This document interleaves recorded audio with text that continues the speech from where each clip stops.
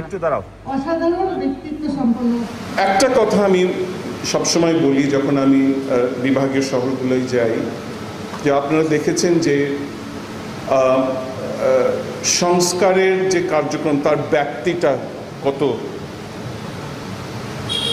আর বিভিন্ন খাতে সংস্কারের এখন প্রশ্ন এসছে, তার প্রপোজাল এসছে, রেকমেন্ডেশনস এসছে।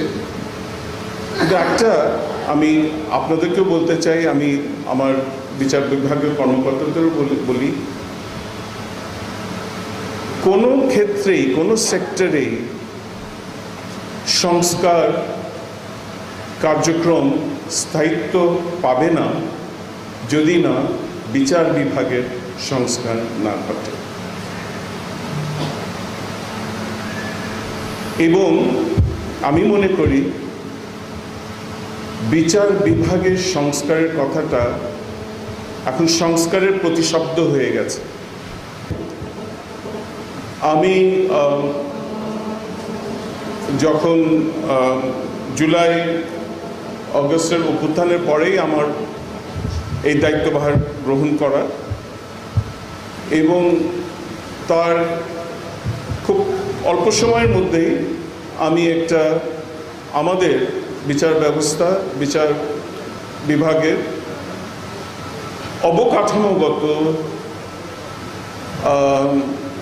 সাংবিধানিক একটি সংস্কারের, সুদূর প্রসারী সংস্কারের আমি একটা নীল নকশা আমি জাতির সামনে তুলে ধরেছিলাম। সেটা আমার অভিভাষণ হয়েছিল 21শে সেপ্টেম্বর 2024।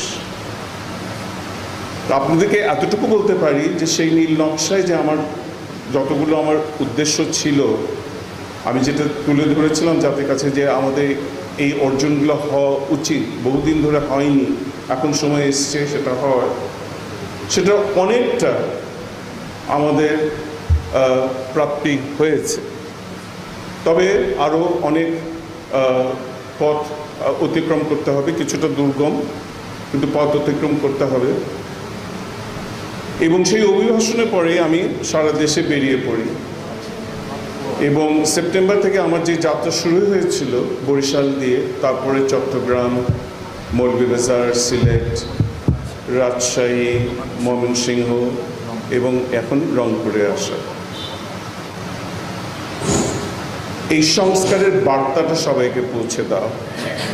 এরপরেই আগামী সপ্তাহে আমি খুলনা যাব, এবং তারপরে আমার প্রথমে যে বরিশাল গিয়েছিলাম গত সেপ্টেম্বরে, তার 1 বছর পূর্তিতে আবার এই বছরের সেপ্টেম্বর ইনশাল্লাহ আমি বরিশালে আবার ফেরত যাব, যদি আল্লাহ বাঁচিয়ে রাখে।